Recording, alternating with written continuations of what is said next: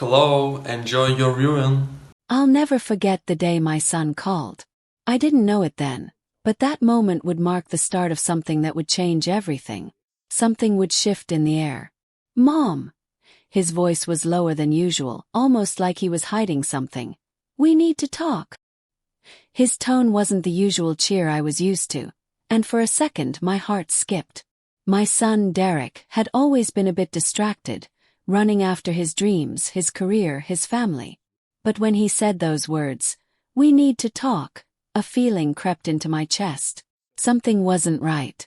I put the tea down, the steam swirling around me. "Sure, Derek, what's going on?" I asked, trying to keep the tremble from my voice. "Well, you know that cruise you've been talking about?" He sounded more casual now, but his words lingered in the air. I had talked about it often enough, told him about my dream of going on a grand family vacation, something we could all remember. After all, I wasn't getting any younger.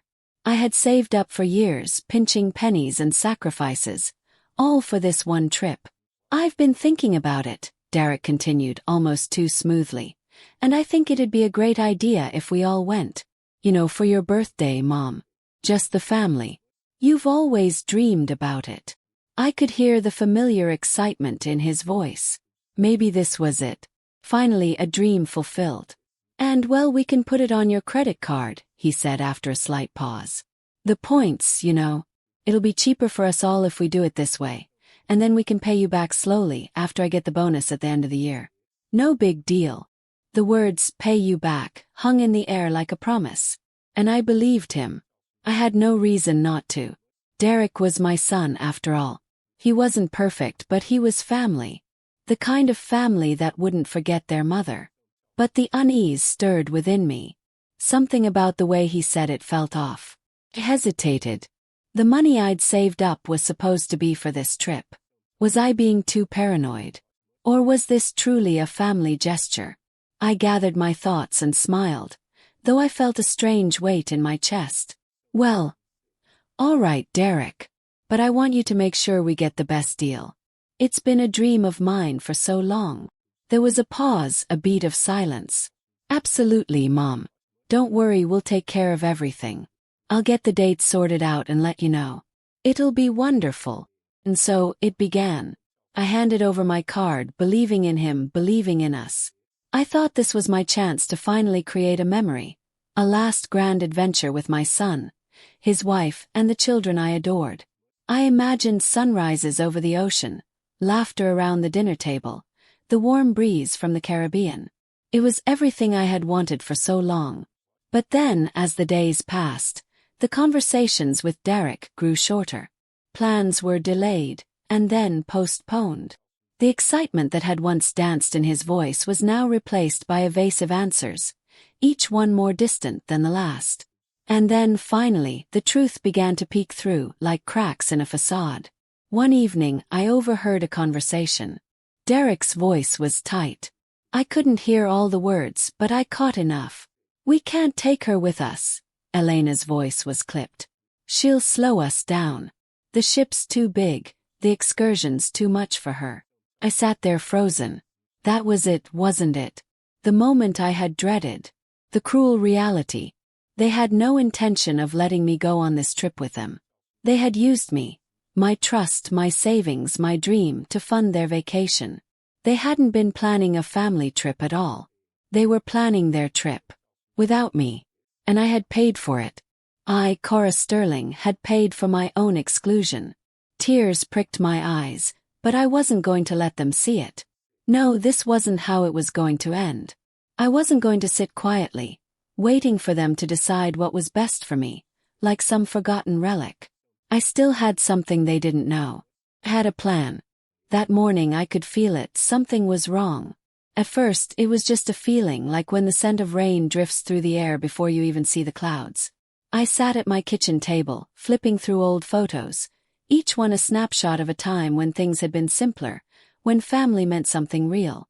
But today, those images couldn't wash away the nagging thoughts swirling in my mind. Derek's cold, brief phone calls. The constant excuses, the refusals. I couldn't shake the feeling that they were hiding something from me. And then, just as I had feared, the truth came crashing in. It was my granddaughter Lily who sent it.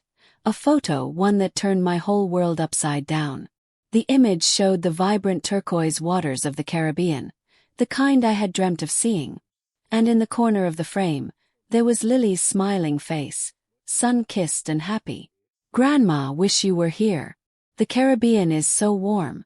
We love you," she texted, her words stabbing through my chest. I couldn't believe my eyes. My breath caught, and my hands trembled as I looked at the photo again. This was the trip. The one I had been told was postponed. They had lied. They were on the cruise right now and I wasn't there. I had been completely cut out. I couldn't hold back any longer. My fingers shook as I typed the question. "Lily, is this an old photo or a new one?" Her reply came almost instantly.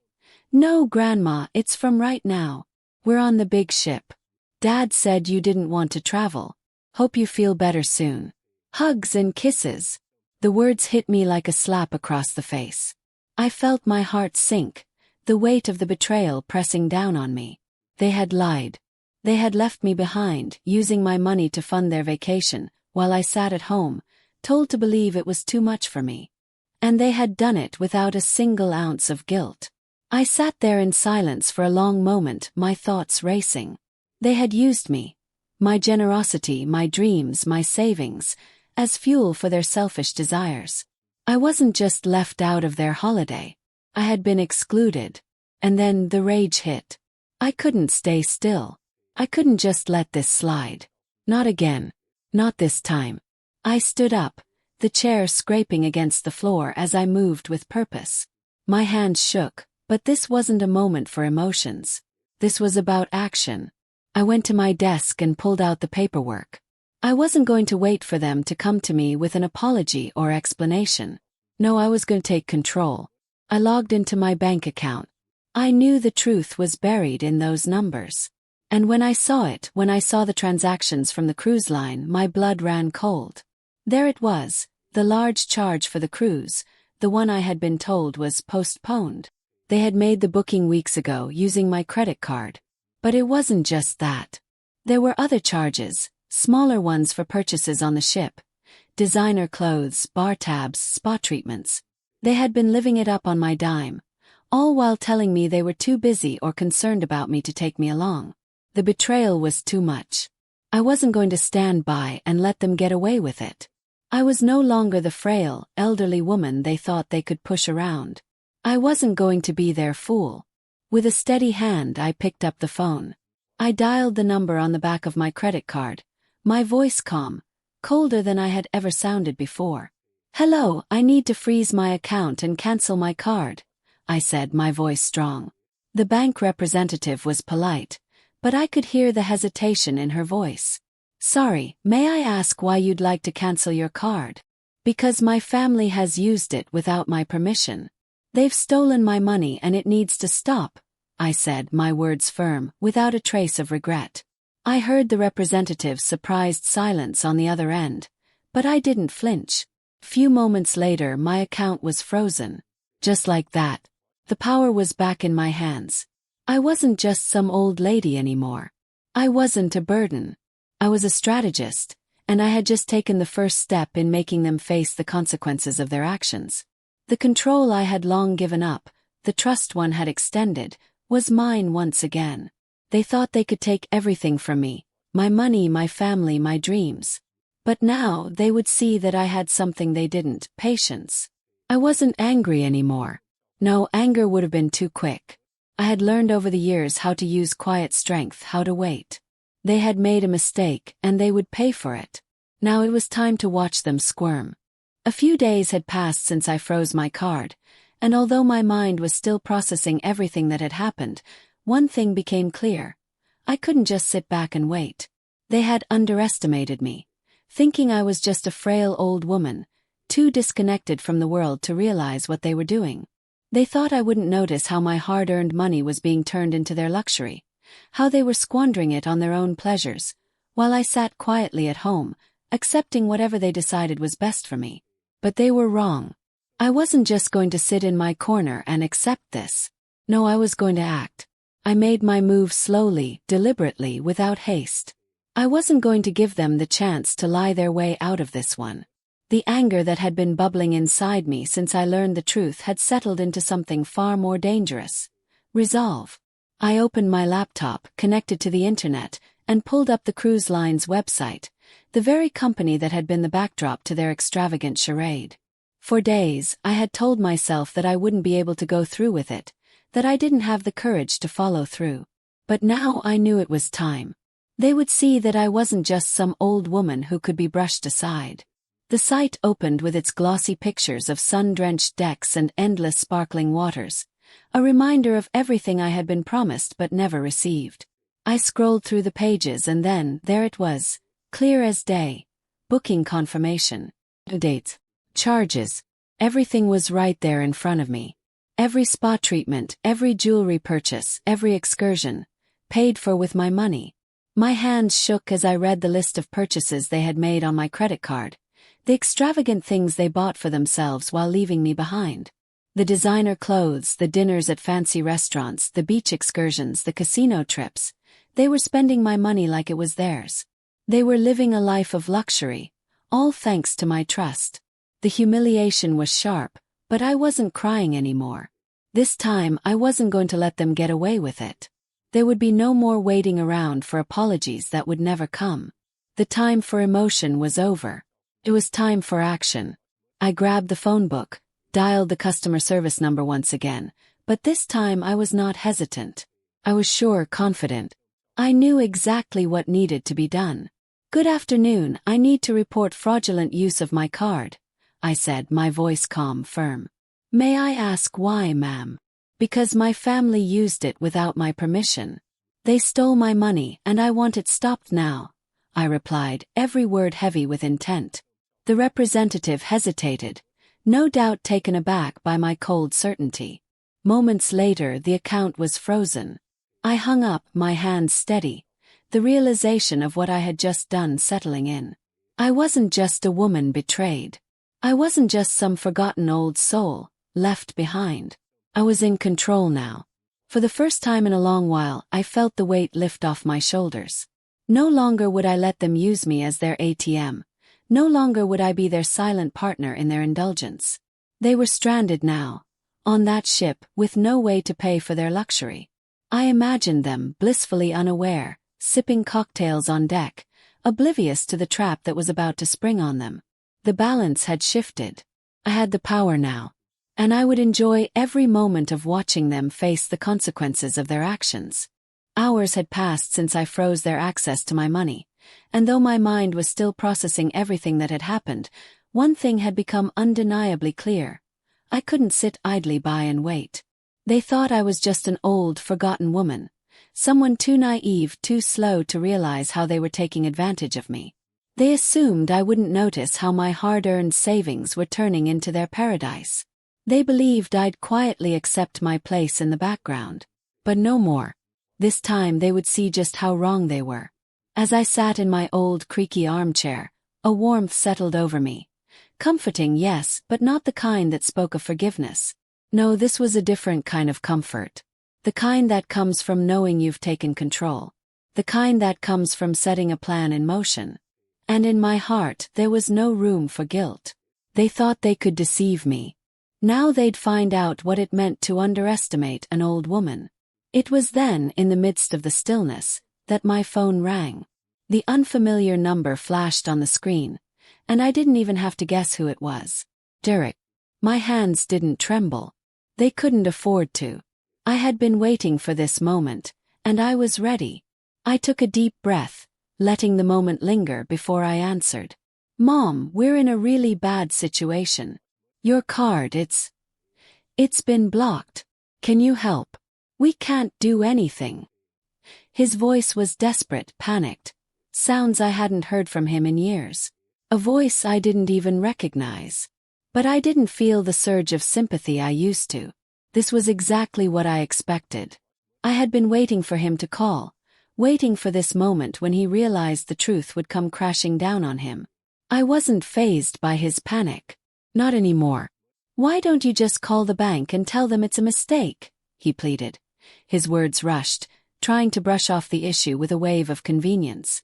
It's all just some misunderstanding, Mom. I didn't rush to speak. I didn't need to. I knew exactly what he was doing. His voice sounded like someone trapped, with nowhere to turn, but I wasn't buying it. I'd seen through his lies before, but this time it was different. I took a breath, gathering my thoughts, my voice steady as steel. Derek, do you think I don't understand what's happened? I don't need to dig for details. I know exactly what you've done. You and Elena used my money, my credit card for your vacation. You lied to me, and now it's over. There it was. The moment. The shift that had been coming for years. The moment when I stopped being just a silent mother, an old woman, and became the one who held the reins. His response was immediate but weak. His voice faltered, and I could hear the unease creeping in. Mom, I don't know what to do. How can we pay for everything now? How do we fix this? The panic was rising in him, but I felt no sympathy. He had brought this on himself. I took a pause, letting the words sink in. I had already made my decision. No more saving him. No more pretending everything was fine when he had taken advantage of me for the last time. How do you plan on fixing this, Derek? I asked, my tone quiet but full of authority. How do you plan on fixing what you've done, stealing my money for your luxurious trip, lying to me about it? No, Derek. I won't be bailing you out anymore. It's your responsibility now. You deal with it. He tried to respond, but the words were lost in the sea of excuses he had always relied on. There was nothing he could say that would change my mind now. I waited. The silence on the other end was thick with his realization that this time, there would be no easy way out. The old woman he thought he could manipulate had finally seen through his games.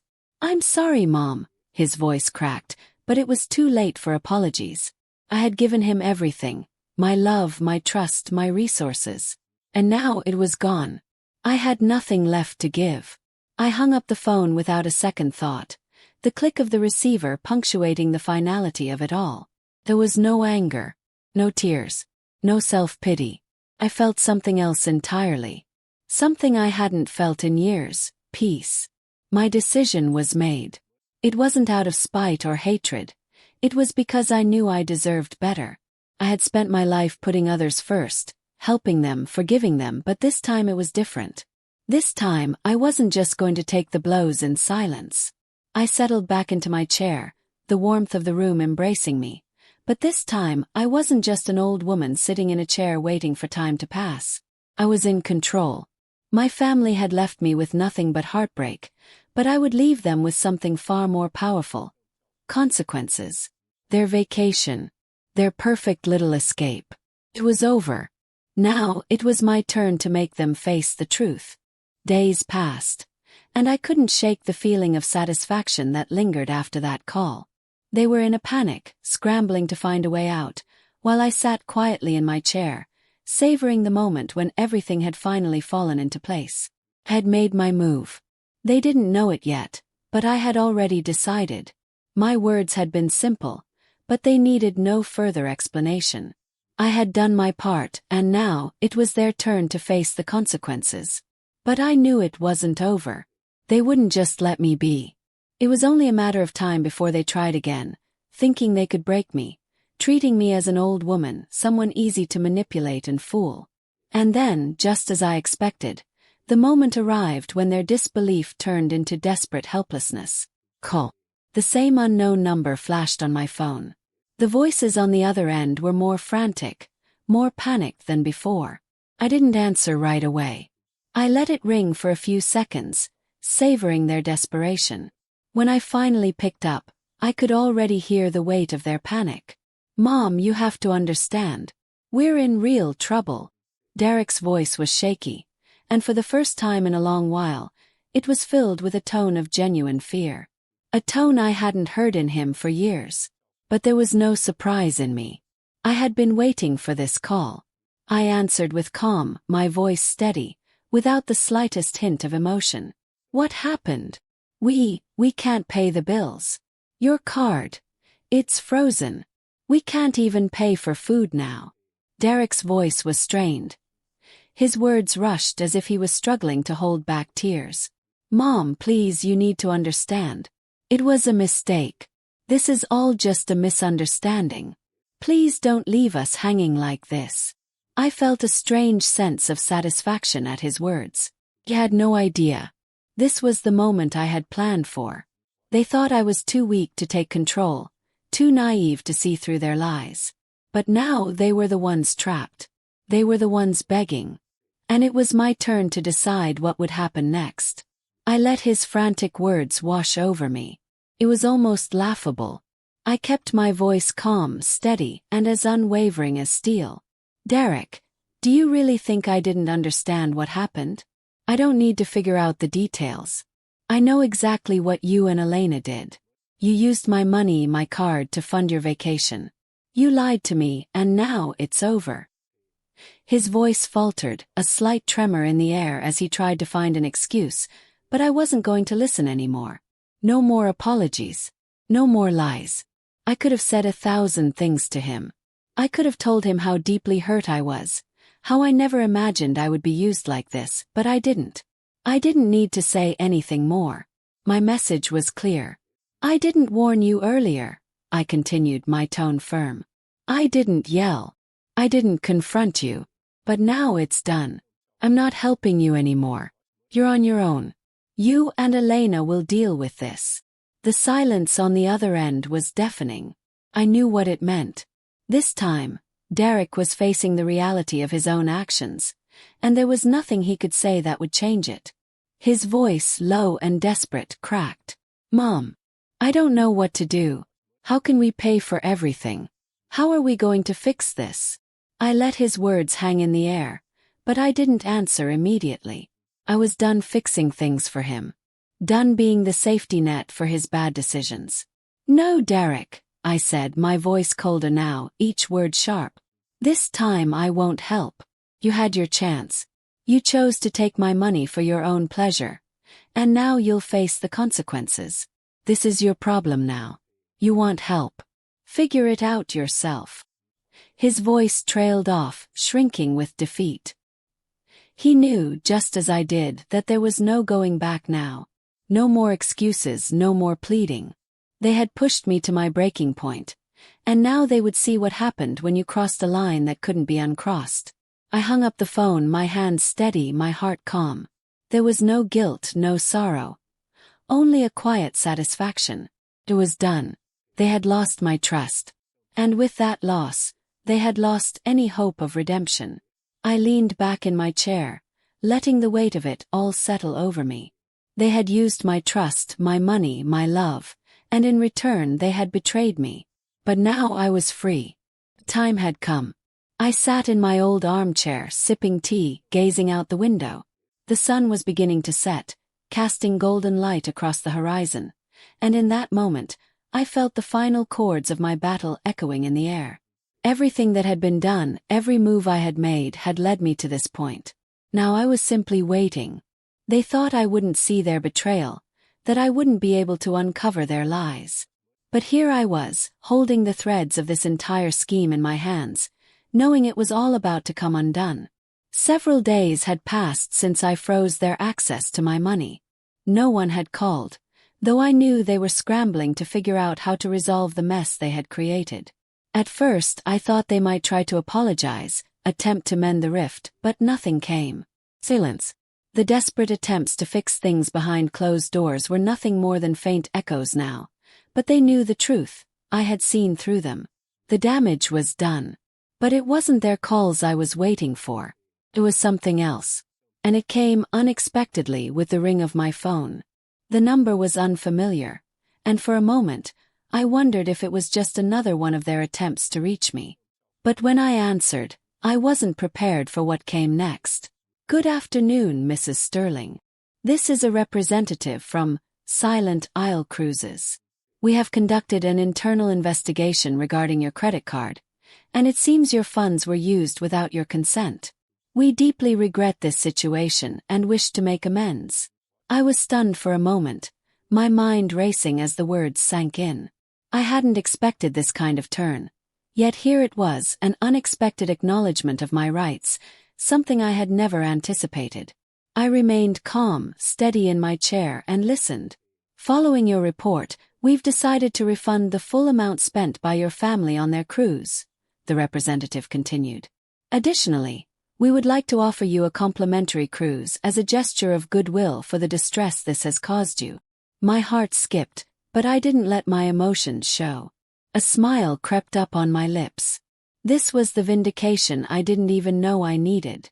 They had lied, manipulated, and used me as a means to fund their escape, but now it had come full circle. Everything they had tried to hide, their hypocrisy, their betrayal, it had all come back to them. I could feel the irony settle in my bones as I listened to the representative explain their apology, outlining their refund and bonus offer. Their careless choices, their arrogance, had led to their own undoing. I wasn't just getting my money back. I was being offered the one thing I had dreamed of for years, a chance to experience the same cruise they had taken, but on my terms. For a moment I stayed silent. The weight of the situation filled the room. The cruel twist of fate hadn't just turned the tables, it had obliterated everything they thought they had taken from me. The representative waited for my response, and when I finally spoke, my voice was steady, though my heart felt lighter than it had in years. "I'll take it," I said simply. They thought they could strip me of my dignity, my trust, my very worth. But in the end, it wasn't their lies that had the final say. It was my quiet wisdom, my steady resolve, and the ultimate justice that had come to pass. Weeks later, I found myself on that very cruise ship. But this time, I wasn't a forgotten mother left behind in the dust. I stood on the deck, the sun kissing my skin, the ocean stretching out infinitely before me. It wasn't just a vacation. It was a statement. Victory. A reclaiming of my own worth. The grand adventures I had once dreamed of, with my son, his wife, and the grandchildren I had loved so dearly, would never happen. They had made their choice. They had excluded me from their life, from their memories. And now they would have to live with the consequences of their betrayal. But that didn't matter to me anymore. As I gazed out at the Caribbean sunset, I realized something crucial. This was my moment. My dream, my victory. A lifetime of sacrifices, mistakes, and heartaches had led to this single moment of peace. They had thought I would crumble. That my age, my quiet demeanor, my love for them would make me an easy target. But they didn't know me. They didn't understand that strength doesn't always come from loud voices or forceful actions. Sometimes the strongest thing you can do is stand your ground and let justice unfold in its own time. And now here I was free. Free from the chains they had tried to wrap around me. Free from their manipulation, their lies, their treatment of me as if I were nothing more than an old woman with no agency. I had become the architect of my own destiny, and in that moment I was whole. As the ship sailed smoothly into the night, the stars above twinkling like 1,000 promises, I knew that this was my true reward. Not the compensation, not the apology. It was the peace I had found in taking control, in no longer being a pawn in someone else's game. This journey, this adventure, wasn't just the fulfillment of a dream. It was the final proof that even in the face of betrayal, justice would always find its way to the surface. I had won. And for the first time in a long while I felt like I could finally breathe. 2 months had passed since I first boarded that luxurious ship. This trip, the one I had dreamed of for so long, was not just a vacation to me. It was my victory. I sat on the balcony of my cabin, staring out over the endless expanse of the ocean, its vastness as peaceful and serene as I felt in that moment. I realized how I had changed my fate. The truth was simple. I had not only restored justice, I had become more than those who tried to deceive me. This cruise had become my final note of triumph. Every attempt they made to manipulate me, every slight, every act of disrespect, had turned into my greatest achievement. For years I had lived in their shadow, playing the role of the old mother and grandmother, the one who stays at home and waits for family to visit, but they never knew that I was never as simple as they thought. All those days on the ship were filled with luxury I could never afford before. I felt every moment, savoring each exquisite meal, each sunset viewed from the deck. This wasn't just a trip, It was my reward. And I didn't have to forgive them. I didn't have to turn a blind eye to what they had done. This was my time and I was living it to the fullest. I didn't know what they would do once I returned. I was certain they would try to apologize, but I had no intention of forgiving them without serious consequences. Maybe they would try to blame me, but that no longer mattered. I knew that now I had everything. I didn't need them. I didn't need their apologies or their validation. One evening, as I sat on the deck gazing at the infinite horizon, my phone rang. It was John. Of course, he couldn't leave me in peace. He tried to sound like the scared son who had finally realized the importance of what he had taken for granted. I knew it was too late, but he couldn't resist calling. "Mom, I don't understand why you're doing this. We didn't mean for it to happen. We just didn't know how to fix everything." I smiled, but it wasn't a smile of humor. It was a smile of control. I was done allowing them to manipulate my life. "John, I can't be part of this game anymore. You lied to me. You used my money for your own desires. Now you want apologies, but you've already made your choice. And you know what?